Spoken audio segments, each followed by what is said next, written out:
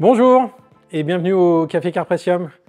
J'ai envie de vous parler aujourd'hui de notre prochaine vente, la vente Youngtimers, qui aura lieu le 15 décembre prochain. C'est les fêtes, c'est une période agréable, on a envie de se faire des petits cadeaux, donc j'ai envie de vous parler de 6-7 modèles qui vont peut-être susciter une véritable envie chez vous de vous faire un vrai cadeau. C'est parti!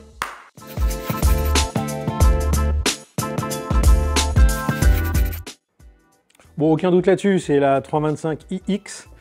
Pourquoi? Parce que c'est la meilleure génération de BMW, une 4 roues motrices, et celle-ci a forcément tous les atouts, du cuir, une boîte auto, quoi de mieux pour partir au ski cette année avec ce velouté 6 cylindres. Franchement, à fond, faut y aller.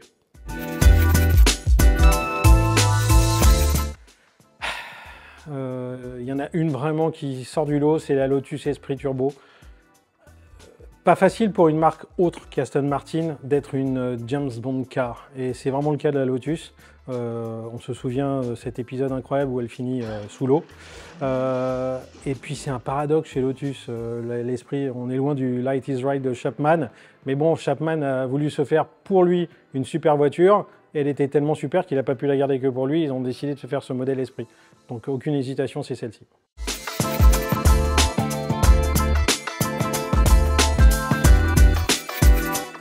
La plus étonnante, c'est la MGTF. Pourquoi? Parce que déjà, c'est une capsule spatio-temporelle.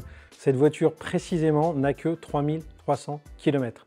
Donc on est vraiment un saut 20 ans en arrière. Et aussi, pourquoi? Parce que c'est la dernière MG. Aujourd'hui, on a retrouvé la marque. Elle est propriété d'une grosse marque chinoise. Ils font des SUV électriques, donc on est loin de l'emblématique MG, petit roadster qui a envahi le monde et l'Europe. Donc sans aucune hésitation, la MGTF.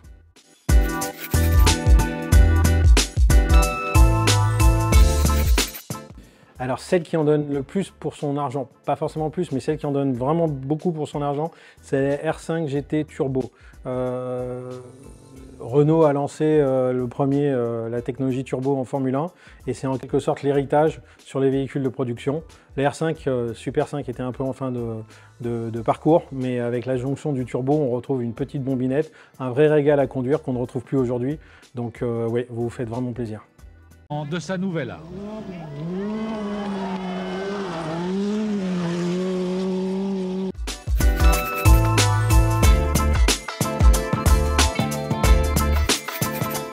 Eh bien la plus rare, c'est carrément un paradoxe parce que finalement c'est la 205 DIMA, 205 GTI, forcément une des voitures, la GTI avec la Golf la plus répandue, sauf que là on a un kit DIMA homologué, dûment homologué par PTS et Jean Todt à l'époque.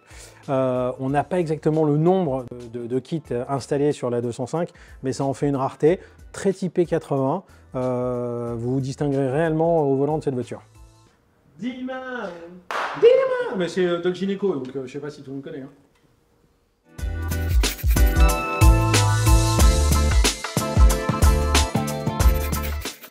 Mon coup de cœur, c'est beaucoup plus qu'un coup de cœur, c'est quasiment une attaque cardiaque. La Porsche 928 GTS, dernière itération de la Porsche 928, certainement la plus belle avec la toute première. Voiture d'ingénieur absolument incroyable, voiture que les pilotes de Formule 1 achetaient à l'époque, la plus puissante, la plus aboutie, 25 ans de carrière. Un coup de cœur, d'ailleurs je ne suis pas le seul puisque la spéculation est assez importante sur cette voiture, une Porsche qu'on ne reverra plus jamais et ça c'est vraiment sympathique. Alors, on a 5 voitures qui ont moins de 100 000 km, ce qui n'est pas rien quand même, parce qu'on parle de voitures qui ont entre 20 et 30 ans. Celle qui me vient à l'esprit, une Mercedes 560 SEC, autour de 50 000 km, pareil, un truc fantastique. On a un vrai bonbon, mais là, un vrai bonbon, c'est une Mini, la Mini d'origine, série limitée After 8. Pour ceux qui ne connaissent pas, c'était des petits chocolats un peu mentholés. Voilà, elle a 32 000 km. On a une Alfa Romeo Alfetta 2000, peu de kilomètres aussi. On a une Alfa Romeo Speeder. Et puis on a des Bentley, le pinacle du confort, de l'oisiveté luxueuse que peut proposer l'automobile. On en a 2 exemplaires. En tout cas, ce que je vous propose, c'est d'aller directement sur carpressium.com et de passer en revue le catalogue. Il y en a 34, ça ne prend pas forcément du temps et je suis sûr qu'il y en a au moins une qui va retenir votre attention. Parce que les enchères permettent de retrouver ce genre de voiture assez étonnante. Les propriétaires aiment bien les confier à des maisons de vente aux enchères parce que voilà, il y a une vraie raison de leur donner un écho, une visibilité que les annonces traditionnelles ont du mal à faire.